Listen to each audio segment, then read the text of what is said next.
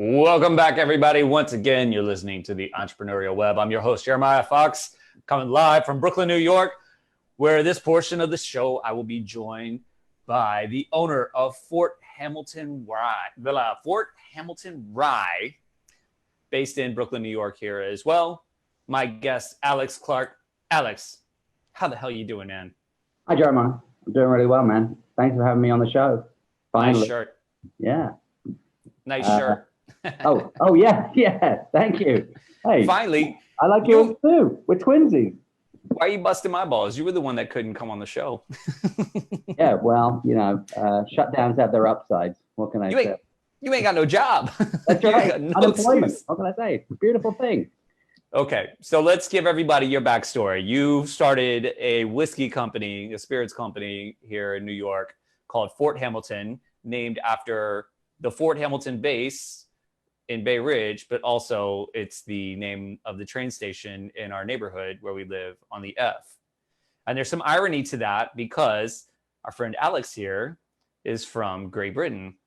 And the Fort Hamilton base was originally a British base, but it was taken by the US. And I think he's come to take it back. I think he's going to try to get everybody hammered. That's right. And he's going to just take it back. He's going to give just that base back to the crown. He's going to be like, I got something for you. Just this little bit. They're all drunk. You can just walk right in. That's the plan. That's the plan. I knew it, man. I fucking knew it. Anyways, give everybody a little history into how and why you would start something so crazy and lucrative, right? Oh, yeah. So lucrative. Give us a little history. How did you get involved in spirits besides just the fact that you drink too much? Well, there's that. There's that. But, I kind of got from one side of the bar to the other and worked with Sasha Petrasky, who was famously opened a bar called Milk and Honey in the late 90s in the Lower East Side of Manhattan. And that's considered kind of ground zero for the cocktail renaissance, which has been going on ever since.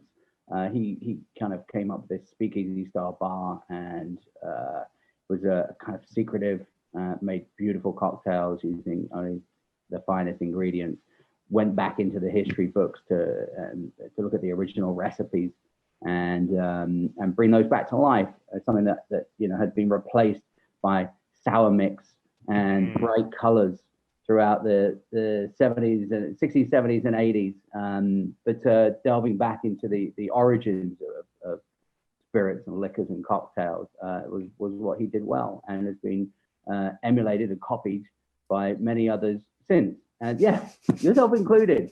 I think the truth is we all owe a debt to that guy. Absolutely. Shining a light back on some beautiful American history and some original American class. So I got behind the bar with those guys and started learning how to make cocktails properly. Back in the UK, I would pour pints and shots, and that was one thing. Savagery. Yeah, savage, exactly. But really understanding the craft of cocktails, it brought it to life for me, and started to delve into the history of it, and realized that rye whiskey was the base for a lot of the classic American cocktails. Yep.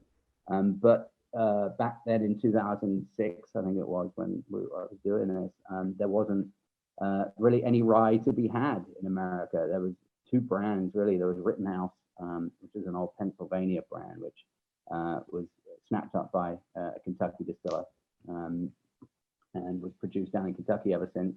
And Old Overholt, similarly a Pennsylvania brand, which was transported to Kentucky. Corn was added to these mash bills. The flavor profiles were watered down, and as were the proof of the spirits. So you couldn't really find anything that spoke to the history of rye whiskey, and yet all these rye whiskey cocktails were now coming back into fashion. Mm-hmm. So it sort of occurred to me that we should be looking to recreate that original style of rye whiskey, and New York was ground zero for the rye whiskey production back in the day, and the northeast of America, where rye grows plentifully. So it's a hardy winter crop, cover crop for most farmers, and grows well in harsh winter conditions. So North America, the northern eastern part of America is good for that. And as you continue to go further north into Canada, that continues as well. That's why the Canadians are pretty fond of rye too.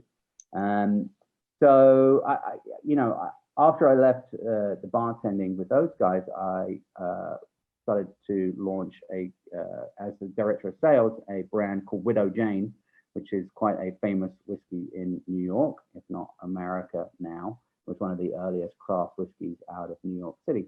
So I launched that brand, took them to the distribution in the back of a car, and did a lot of the hard work. It was a bourbon for the most part. And truth be told, my main love is rye whiskey. So I made it my mission to put rye back on its pedestal as the king of the American whiskey. Long way to go on that one. You got some time. Yeah, it's a little bit of time before we manage to do that. But I think it's a worthwhile mission. Rye is absolutely a much more complex whiskey than yes. bourbon is, and consequently, it makes much more complex cocktails, which is why a lot of people favor it in an old fashioned and a Manhattan.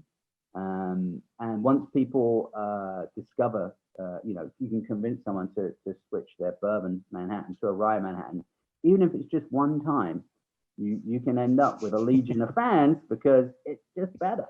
So that's what I've been up to really. So trying to figure out how to build Fort Hamilton into a viable business, and overcome all the obstacles that are there, which are plentiful.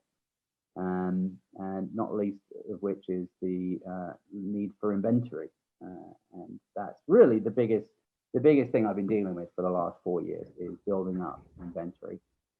And you went from, well, one, the consumer side. Yeah, I think you're still a consumer.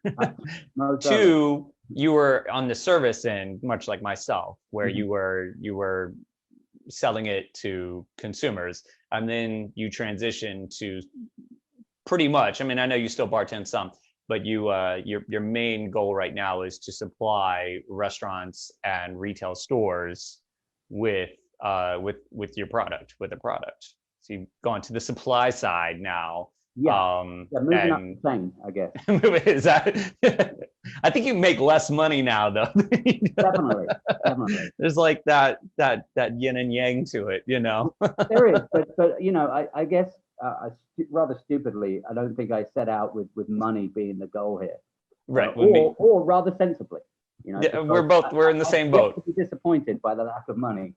We're going to be in the same stupid boat together, going. That's okay. I think heart goes a long way in this business, and I think in spirits. And yes, indeed. You want the hearts, no heads and tails. To make my goal not so much, just making money, but to really get behind rye whiskey as a category and to elevate it. Is a good goal to have. So that's what I've been really doing. But that involves educating people, and I think part of the game has been to get people on board with rye whiskey. A lot of people consider rye like, oh, that's Canadian whiskey. That's what my dad drank, Canadian Club or something, which it isn't. Canadian rye is generally mostly neutral spirit blended with a very little bit of Canadian rye whiskey. Whereas American rye is a lot of rye in the mash bill, no blending ingredients, so you get a much more fuller and richer product. So to start, you have to educate people that rye isn't what your granddad drank, and American rye is this very special thing that almost disappeared. And pre-prohibition, rye was the biggest whiskey in America and the biggest alcoholic liquor in America. And prohibition wiped out most of the distilleries in the northeast of America. And post-prohibition, there are other industries there that had taken their place. And ultimately, they didn't reopen. And so most of the distillations in America centered after prohibition in Kentucky. And Kentucky distillers love nothing more than distilling corn, throwing it in a barrel and calling it bourbon. But the flavor profile is different. It's sweeter. It's less complex. It's a little less spicy. And depending on how it's made, it can be a little less rich as well. Yeah. But it's also cheaper to make. So from a producer's perspective, your business perspective, you're probably better off making corn whiskey, aka bourbon. But that doesn't necessarily mean that you're making tasty whiskey. No, we're just talking about money. Yeah, exactly. It's financially speaking, it's a good decision. But I think what's interesting that the times we're living in now is that people are looking for authenticity in flavors, and they're looking for more complex flavors. And just as the world of craft beer has matured from everyone wanting a Coors Light or a Bud Light in the 1980s to almost, I think, 20% of beer sales in America now are craft beers, which have much more interesting, varied flavor profiles, including bitterness. You're looking at IPAs, which are so super popular. Yeah. And that's a complex flavor note, and something that people develop over time. And just as people, I think, were conditioned to like bourbon in the 20th century, people are looking for more almost adult flavors now as we move forward, and that's what we're trying to offer. Especially while they're sitting at home. Yeah. Oh, it's widely available. I've been supplying a lot of it lately. Yeah. And that's one of the issues that we're facing right now as well, is that obviously I've been building my business, and we were about to launch our distillery and tasting room in Industry City, and unfortunately construction has ground to a halt on that because it's been mandated by the governor, rightly so. But our big flag waving, tub thumping launch that we were having this year has been halted. We have products lined up, like our new Fort Hamilton gin, which are slated to come out this spring, which are also on hold. So we're dealing with some of these issues as best we can, and looking at how to focus the business and refocus it now and in the future, and potentially retool it slightly. Hand sanitizer. Hand sanitizer, yes, that's one thing you could do. But also look at online sales. The New York State has relaxed the laws around the 3-tier system of distribution to allow craft distillers now to sell directly from distilleries and ship across New York State. Gotcha. That's an interesting revenue stream, if you have finished the build out of your distillery, which we haven't. Yes. So yeah, but I mean, there are things like that which potentially point to a future in which the online market is going to be increasingly important, and I think we're seeing that. If you just have to look around, and yeah, definitely all shifting that way. I think it was shifting that way generally, but slowly. And I think we're going to see an acceleration of that, and potentially, once the door is open, the horse ain't getting back in the stable on that one. We're going to give the horse a break for just a minute, okay? We'll be back in just a moment. You're listening to the Entrepreneurial Web.